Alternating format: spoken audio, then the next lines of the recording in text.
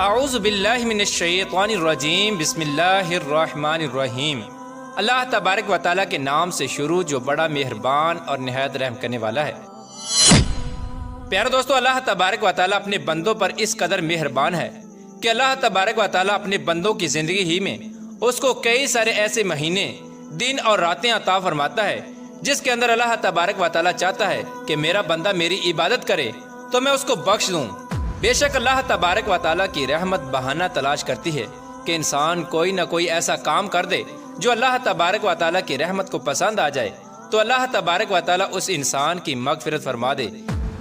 پیارے دوستو، انہی بابرکت مہینوں اور راتوں میں سے ایک مہینہ ماہ رمضان المبارک کا بھی ہے، اور راتوں میں سے ایک رات لیلۃ القدر کی رات ہے جس میں اللہ تبارک و تعالیٰ اپنے بندوں کی بے شمار مغفرت فرماتا ہے۔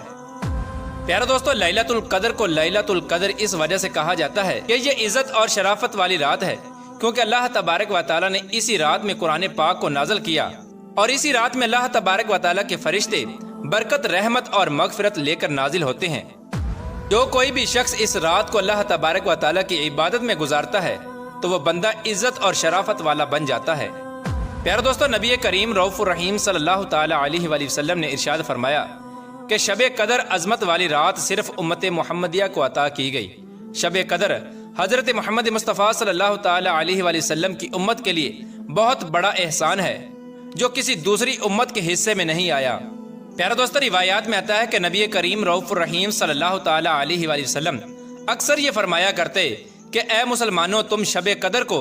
تاک راتوں میں تلاش کیا کرو۔ ایک صحابی نے حضور پاک صلی اللہ تعالی علیہ وآلہ وسلم سے دریافت کیا کہ یا رسول اللہ صلی اللہ تعالی علیہ وآلہ وسلم، شب قدر کب ہوتی ہے؟ تو ہمارے پیارے آقا حضرت محمد مصطفیٰ صلی اللہ تعالی علیہ وآلہ وسلم نے ارشاد فرمایا کہ شب قدر ہر رمضان المبارک کے تیسرے عشرے میں ہوتی ہے۔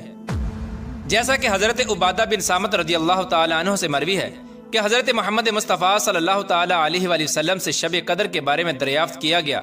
تو آپ صلی اللہ تعالی علیہ وآلہ وسلم نے ارشاد فرمایا کہ شب قدر رمضان کے تیسرے عشرے کی کوئی ایک تاک رات ہے۔ جس مومن نے شب قدر کے اندر اللہ تبارک و تعالیٰ کی حمد و ثنا بیان کی تو اس کے پچھلے سارے گناہ معاف کر دیے جاتے ہیں۔ پیارے دوستو، اس رات کی پہچان یہ ہے کہ یہ رات بہت ہی زیادہ سکون والی ہوتی ہے۔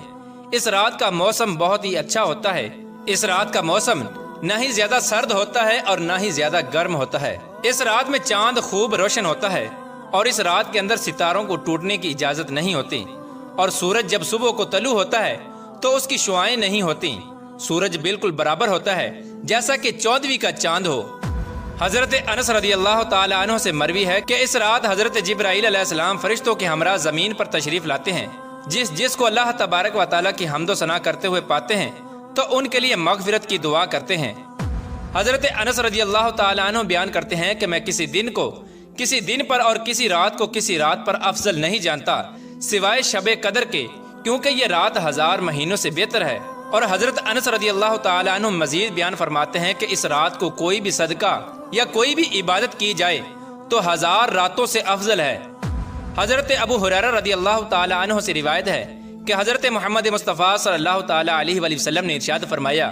کہ جس نے شب قدر اللہ تبارک و تعالیٰ کی بارگاہ میں ثواب کی نیت سے رکوع اور قیام کیا تو اس کے پچھلے تمام گناہ معاف کر دیے جاتے ہیں۔ اور ماہ رمضان المبارک میں اللہ تبارک و تعالیٰ کے آخری نبی حضرت محمد مصطفیٰ صلی اللہ تعالی علیہ وآلہ وسلم کا معمول یہ تھا کہ تہجد کی نماز ادا کرنے کے بعد قرآن پاک کی تلاوت کیا کرتے، اور جب کسی رحمت والی آیت کی تلاوت فرماتے تو اللہ تبارک و تعالیٰ کا شکر ادا کیا کرتے، اور جب عذاب والی آیت کی تلاوت فرماتے تو اللہ تبارک و تعالیٰ سے پناہ مانگا کرتے۔ حضرت عائشہ صدیقہ رضی اللہ تعالی عنہ سے مروی ہے، وہ فرماتی ہیں کہ میں نے ایک بار حضرت محمد مصطفیٰ صلی اللہ تعالی علیہ وآلہ وسلم سے کہا کہ اے اللہ کے نبی، اگر مجھے معلوم ہو جائے کہ فلاں رات شب قدر کی رات ہے تو میں اپنے رب سے کیا دعا کروں؟ تو حضرت محمد مصطفیٰ صلی اللہ تعالی علیہ وآلہ وسلم نے ارشاد فرمایا کہ آپ یہ دعا کرنا کہ اے اللہ تبارک و تعالی، آپ بہت زیادہ معاف کرنے والے ہیں، مجھے معاف کر دیجئے۔ حضرت ابن عباس رضی اللہ تعالی عنہ سے مروی ہے کہ نبی کریم رؤوف الرحیم صلی اللہ تعالی علیہ وآلہ وسلم نے ارشاد فرمایا کہ جب شب قدر آتی ہے تو اللہ تبارک و تعالی حضرت جبرائیل علیہ السلام کو حکم دیتا ہے تو وہ فرشتوں کا ایک بڑا لشکر لے کر زمین پر اترتے ہیں اور ان کے ساتھ ایک سبز جھنڈا ہوتا ہے جس کو کعبے کے اوپر نصب کیا جاتا ہے۔ حضرت جبرائیل علیہ السلام کے 100 پر ہیں، جن میں سے صرف 2 پروں کو وہ اس رات میں کھول کر مشرق سے مغرب تک پھیلا دیتے ہیں۔ پھر حضرت جبرائیل علیہ السلام فرشتوں کو اس رات میں پھیل جانے کا حکم دیتے ہیں، تو وہ فرشتے اس رات میں ہر کھڑے بیٹھے، نماز پڑھنے والے اور ذکر کرنے والے کو سلام کرتے ہیں اور اس سے مصافحہ کرتے ہیں اور ان کی دعا پر آمین کہتے ہیں، اور یہی حالت صبح صادق تک رہتی ہے۔ پیارے دوستو، نبی کریم رؤوف الرحیم صلی اللہ تعالی علیہ وآلہ وسلم نے ارشاد فرمایا کہ جو اس رات سے محروم رہ گیا وہ ساری ہی بلائی سے محروم رہ گیا، اور اس رات کی بلائی سے وہی شخص محروم رہتا ہے جو حقیقت میں محروم ہو۔ پیارے دوستو، جہاں اس رات میں اللہ تبارک و تعالیٰ بے شمار لوگوں کی مغفرت فرماتا ہے، وہیں کچھ بدبخت اور بد نصیب لوگ ایسے ہیں جن کی اس رات اور اس مہینے کے اندر بھی بخشش نہیں کی جاتی۔ جیسا کہ حضرت ابن عباس رضی اللہ تعالی عنہ سے مروی ہے کہ نبی کریم رؤوف الرحیم صلی اللہ تعالی علیہ وآلہ وسلم نے ارشاد فرمایا کہ شب قدر میں اللہ تبارک و تعالیٰ کے حکم سے فرشتے زمین پر اترتے ہیں اور ساری رات عبادت میں مشغول لوگوں سے سلام و مصافحہ کرتے ہیں اور ان کی دعاؤں پر آمین کہتے ہیں۔ رات گزار کر جب صبح واپسی کا وقت ہوتا ہے تو فرشتے حضرت جبرائیل علیہ السلام سے دریافت کرتے ہیں کہ اللہ تبارک و تعالیٰ نے امت محمدیہ کے مومنوں کے ساتھ ان کی ضروریات پوری کرنے کے بارے میں کیا معاملہ فرمایا؟ تو حضرت جبرائیل علیہ السلام ارشاد فرماتے ہیں کہ اللہ تبارک و تعالیٰ نے اس شب قدر میں ایمان والوں پر نظر رحمت فرمائی اور 4 افراد کے علاوہ سب کے ساتھ درگزر اور مغفرت کا معاملہ فرمایا۔ یہ سن کر صحابہ کرام نے حضور پاک صلی اللہ تعالی علیہ وآلہ وسلم سے سوال کیا کہ وہ 4 افراد کون سے ہیں؟ تو آپ صلی اللہ تعالی علیہ وآلہ وسلم نے ارشاد فرمایا کہ نمبر 1 شراب کا عادی، اور نمبر 2 والدین کا نافرمان، اور نمبر 3 اپنے رشتہ داروں سے قطع تعلقی کرنے والا، اور نمبر 4 کینہ رکھنے والا۔ پیارے دوستو، اس روایت سے معلوم ہوا کہ اس رات میں 4 بد نصیب لوگوں کی مغفرت نہیں کی جاتی۔ جو شراب کا عادی ہو وہ بھی اس رات اللہ تبارک و تعالیٰ کی رحمت سے محروم رہتا ہے، اور جو والدین کا نافرمان ہو اس کی بھی مغفرت نہیں کی جاتی، اور جو اپنے رشتہ داروں سے قطع تعلقی کرنے والا ہو وہ بھی اس رات مغفرت سے محروم رہتا ہے، اور جو کینہ رکھنے والا ہو وہ بھی اللہ تبارک و تعالیٰ کی رحمت سے محروم رہتا ہے۔ پیارے دوستو، لیلۃ القدر کو رمضان المبارک کے آخری عشرے کی طاق راتوں میں تلاش کرنا چاہیے، یعنی 21 رمضان المبارک، 23 رمضان المبارک اور 25 رمضان المبارک اور 27 رمضان المبارک اور 29 رمضان المبارک۔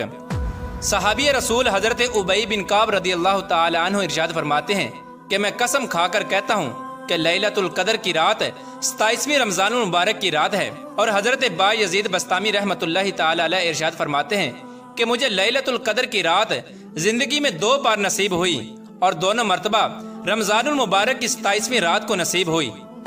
اللہ تبارک و تعالیٰ سے دعا ہے کہ اللہ تبارک و تعالیٰ رمضان المبارک کی بابرکت گھڑیوں کے صدقے ہمارے تمام گناہوں کی بخشش فرمائے، اور لیلۃ القدر کی رات کو زیادہ سے زیادہ اپنی عبادت کرنے کی توفیق عطا فرمائے، اور لیلۃ القدر کی رات کے صدقے ہمارے تمام اگلے پچھلے گناہوں کو معاف فرما کر جنت کا مستحق بنا دے۔